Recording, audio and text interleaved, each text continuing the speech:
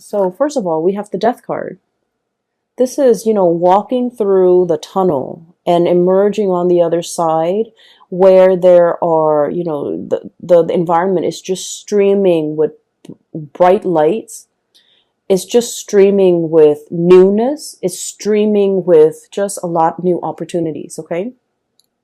Some of you might have just been, walking through this dark tunnel, and the main thing that you had to look forward to was, leading you was that light at the end of the tunnel, okay? And I feel for many of you, this might have been, it's not so dark in this depiction. It's like you can still see your way, you still feel okay. You're still safe. You're in the confines of this tunnel. But the tunnel can feel a little bit claustrophobic and a little bit small and confining, right? So I feel like you were in an environment where it just felt a little bit stagnant. It felt a little bit dank and possibly damp and possibly kind of muggy. And you like your cleanliness. You like to be able to see things. You like to have full visibility. You like to know what's in your environment. Many of you might be germaphobes, and you're just a neat freak. And I feel like, for a Virgo to be in a tunnel, it's just not a good environment. And so that's what it felt like. It felt almost very linear, very structured. You can only walk straight ahead or backwards. There wasn't enough room for experimentation. There wasn't enough room for, taking a detour. So the view, the sight, the day-to-day routine was not overly inspiring. And you knew there's light at the end of the tunnel. You knew this is going to come to an end. And you knew this confining space that you've been in is going to open up, and it's going to open up in a very tremendously amazing way, because there's, a lot more light, visibility, freedom, and just room and space at the end of this tunnel. And you've been waiting for it, and it's finally emerging for you. Okay. And so this is a lot about, the change in the environment. Okay. And then with the change in the vessel, what I have here is the two cards that perfectly depicts this, that image that I saw earlier. We have here the Five of Cups. This is a situation where, the traditional Rider-Waite deck, the Five of Cups is missed opportunities, regrets, things that we should have done. But we, for whatever reason, allowed time to pass us. Things that we should have said. Things that we should have invested our time in, things that we should have paid careful attention to. For whatever reason, it slipped under the radar. We say we're going to get to it. We never did. And then the opportunity slips us by. Okay. And this is also indicative of a situation where, the cups have already run dry. It's an old stagnant energy. There's cracks in it. And it's also a situation where, there's a lot of burden. Okay. So the four saucers, the four teacups are kind of like stacked on top of this thing. And this thing is fractured. So it's sort of like carrying the weight of a situation. Virgo people are really big when it comes to responsibility and helping others, wanting to be of service to others. And I feel like, I guess like the recent year, okay, this could be like the past 4 years, the past 5 years. I feel almost like many of you have come into your own, and you're realizing as well that you're very capable. Like you're more capable than the people that you work with. You're more capable than the supervisor, than the boss, than the people that you take orders from. You're definitely more reliable. And you're also realizing that, I'm such a good worker. Why am I not getting rewarded? Why is more responsibility dumped on me? I should be cherished for my ability to be responsible and get things done and to carry my weight. Why is it that when I do more, I'm given more work, more tasks, more responsibilities? Why aren't other people held accountable for the things that they do? Why am I carrying the burden? Why am I, the workhorse? Why am I carrying the weight of this situation, this environment? And, in the past, okay, and especially for some of you who are young, And from young, I mean, you know, just like you're starting to come into your own, you're starting to learn about yourself. And, you know, age is all relative. So I feel like, you know, when people give you responsibility, give you greater responsibility, or give you tasks, it makes you happy because it keeps you busy, right? And then you also feel like, oh, they're noticing me. They're noticing my potential. They're noticing my capabilities. They're noticing how good of a worker I am. That's why they're giving me responsibility. And in a way, it's sort of like, it's flattering. But then over time, you feel like you're working faster than everybody else. And so you're given twice the work. It's not fair. And many of you are coming to the realization that this is not, I'm enabling a situation. I need to speak up for myself. I need to not, you know, carry the burden anymore. And people need to stop forcing the responsibilities on me just because I'm capable. If I'm not there, what's going to happen? Who's going to carry the burden?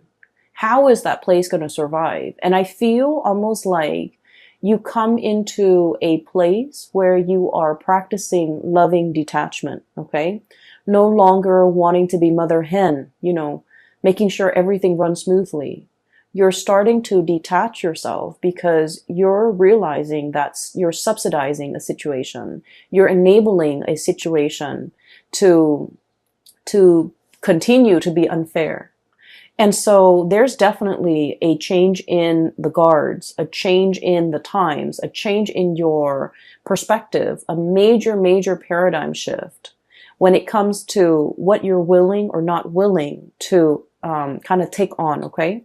You're in a position where you are picky, and that's great, picky about what you are willing to do, what you're not.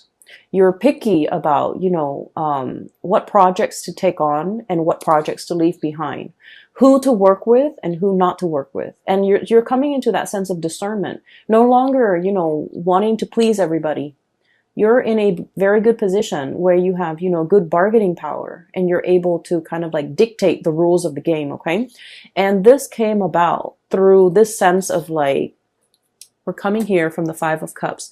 So if you can just imagine if these were cups, right, that were full, but they're all cracked. They're all cracked, so they're not able to hold water, to hold their own weight, right? And so we're changing the vessel. We're pouring everything that it was used to be held within these broken containers or cups. And we're switching the vessel. We're pouring it into here.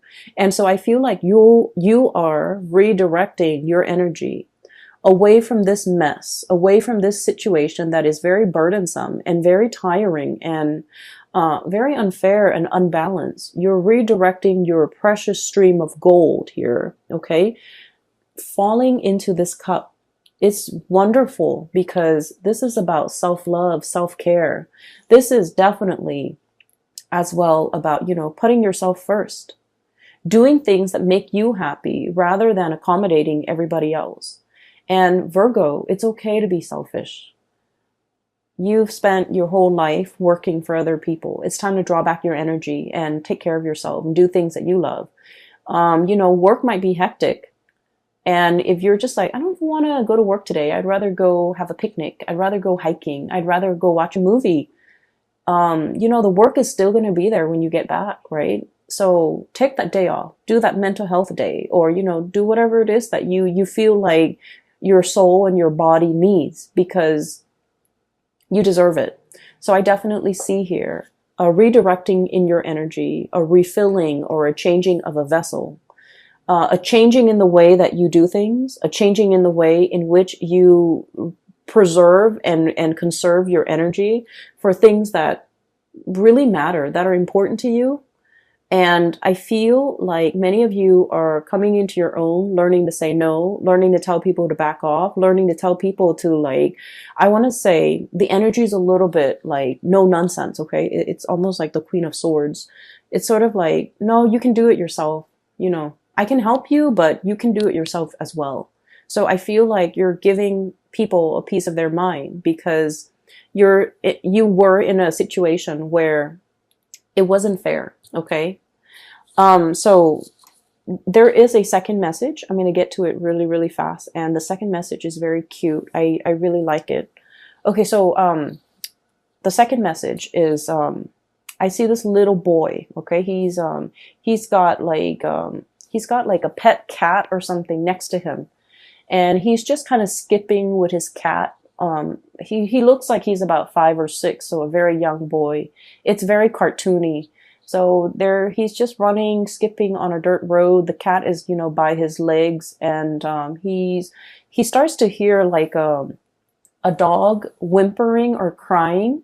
So he walks towards, he tries to find like the source of where the noise is coming from, a crying dog. And then he goes towards this well, and he realizes there's a dog stuck at the bottom of the well, and the well is really deep, okay? So there's no pail, there's no, the drawstrings where you draw up the water. It's not there. So it's not like, and there's no water in the well. So he can't really jump in and save the dog. And even if he were to jump in, he's going to be stuck. So he's just trying to think, how to get the dog out of there. And I guess this is a make-believe world. So there's no adults nearby that he can come to and ask for help. There's no firemen. There's no animal control, right? So it's just him, the cat, and the dog stuck in the well. And then you kind of see him, this light bulb comes over his head. So he has an idea. And then he like runs off out of frame, and then he comes back with like a hot air, like with a balloon, okay?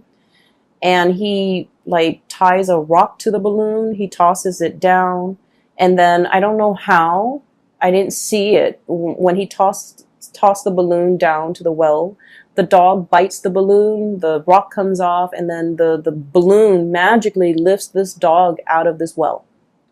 Okay, so like it's not supposed to make sense. It is very cartoony. I don't know how the rock fell off. I don't know how the dog is able to grab onto the single balloon string, and I don't even know how that one helium balloon is able to lift a dog. Okay, so it's not supposed to make sense, but it worked. Okay, so I almost feel like there's a sense of magic, and there's a sense of like, let's do it and wish for the best and hope for the best. And once you have that sense of childlike wonder and amazement and, creativity and thinking like a child, where everything is magical, where the laws of physics and the laws of the real world don't apply. Once we start to train our mind to think in that way, where the possibilities are endless, we start to see a lot of magical things happen. We start to see a lot of problems resolve on their own. And we start to see that whatever we have boxed ourselves into, whatever, self-sabotaging thoughts or things we tell ourselves, oh, it's not going to work because it defies logic, or it's not going to work because I don't know how it's physically possible. Once we let go of those thoughts that really hold us back, we can implement a lot of good changes. We can solve a lot of problems. And I feel like we can, make great strides because we're letting go of the self-limiting belief. Okay, so this is a month where I feel like the universe is really urging you to kind of like shut down that adult brain. Okay, stop thinking about like the negatives. Stop dwelling on the negatives. Stop dwelling on the problems and think a little bit more outside the box. Think a little bit more like a child, where the world is full of possibilities. The possibilities are endless. The child does not know the constraints of the real world or the physical world. The child does not know limitations, okay? And so once you start to do that, you're going to realize that, dreams can happen overnight. You're going to realize that, you will be able to make magic happen by letting go of those self-limiting beliefs, okay? And the card to me that really indicates this, and the two cards that jumped out when this imagery came out was this. Well, I guess 3. Okay, so this is very Egyptian.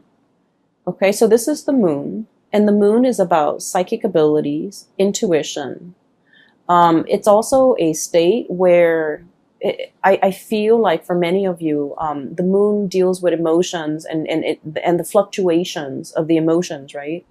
So I feel like for many of you, you have mastered the emotion, okay?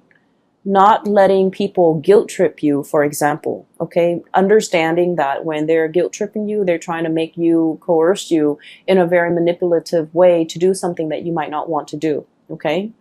Not letting people sway you with their emotion either, okay? Some people are that you have been dealing with, I feel like they make bad decisions and then they come and cry to you about it. And I feel really unfortunate. I feel bad for those people. But I feel like you're starting to kind of like, this is like the crown chakra, detaching ourselves from this a messy emotional space, okay? This is not to say like don't feel things. This is not to say being so disconnected that we're not sympathetic.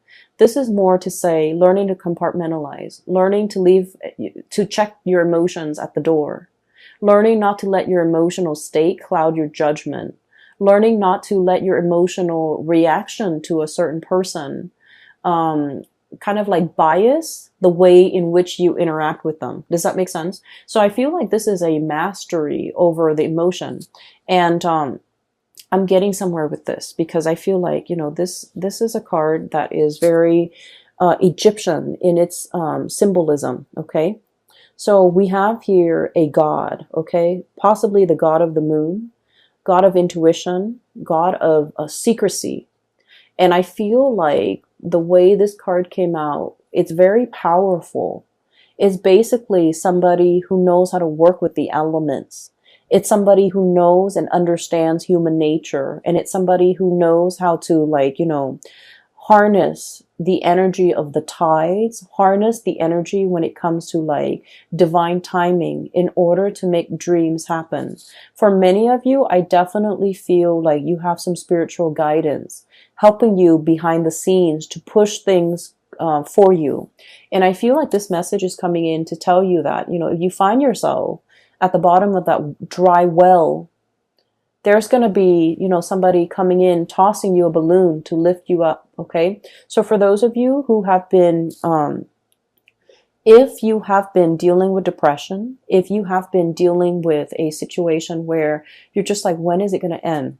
Okay. If you find yourself in a dank, dark place and you're just like, I need a helping hand, it's going to come into the picture to rescue you. Okay. So I do see a change in environment, a change in the vessel, and the time is coming. Okay. So we have a really powerful card here that indicates that. And what else is coming through is, this is the limitations, okay? This is the Four of Wands in the traditional Rider-Waite deck. It's celebration, family, happy home. But in this deck, it is about restrictions. Restrictions that don't really have any bearing in the real world, okay? Restrictions that we impose upon ourselves. It's a situation where somebody hastily slapped something together and called it a day. And then the person that comes in after them are just like, oh, this is the way it's been done in the past, so let's do it in the future. And they didn't take the time to realize that this was very sloppily slapped together. It doesn't really hold weight. It doesn't really doesn't serve as awning or coverage for anybody from the elements, right? It was just not done very well, and yet they're just like, oh, that's the way it was done in the past, so that's the way we're doing it now. Not questioning what came before, not questioning what needs to change, taking and accepting the status quo. And the four energies deal with stability. It's like the four legs of a table. If the four legs of the table are of equal length, the table doesn't wobble, right? So in a way, it's very stable, but it can be very, very rigid. So I feel like there's a situation here where you're kind of forced to uproot, okay, that cactus is coming back, uproot, transplant, fix, break out of the status quo, or like, put yourself in a different situation, or like this environment is no longer serving you, so it's time for you to find something else that is a lot more stable. Okay, so I feel here that imagery with the, divine sense of timing, and then also a helping hand, to be able, like, that's going to be coming into the picture. Okay, so you have some really strong spiritual guidance from behind the scenes. Okay, the other thing that I'm sensing, so those two images aside, I feel like they have covered sufficiently the first row. And so we're talking about the second row now. This is your energy here, King of Pentacles, okay? You can be male or female, it doesn't really matter. This is a card that spells to me raw power, okay? Elephants are very, regal creatures, okay? They live into old age. They have a really long lifespan. I believe they also have the same gestation period as humans, if not like a month longer. So I don't remember if it's 9 or 10 months, but they have, or maybe it's more. You know what? I'm a little bit curious. So give me just a moment. Let me Google that.